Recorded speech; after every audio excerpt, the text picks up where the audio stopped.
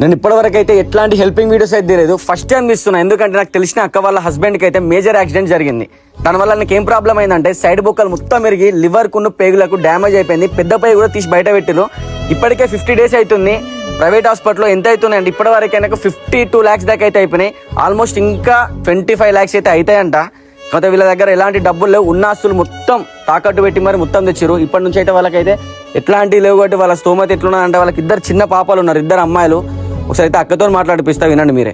ప్రమాదంలో యాక్సిడెంట్ జరిగింది. ఇట్లా మా భర్తకి ఇట్లా చిన్న పిల్లలు ఉన్నారు. ఇప్పటి వరకు ఆయనకి ప్రాంకియాస్ దెబ్బతిన్నది, పక్క బొక్కలు ఇట్లా ఇరిగిపోయినాయి, ఇవన్నీ ప్యాచర్ అయినాయి. ఓపెన్ సర్జరీ ఉంది. ఇంకా ఎంతైనా ఇప్పుడు డబ్బులు ఎంతైనా 50 lakhs ఎబో అయినాయి.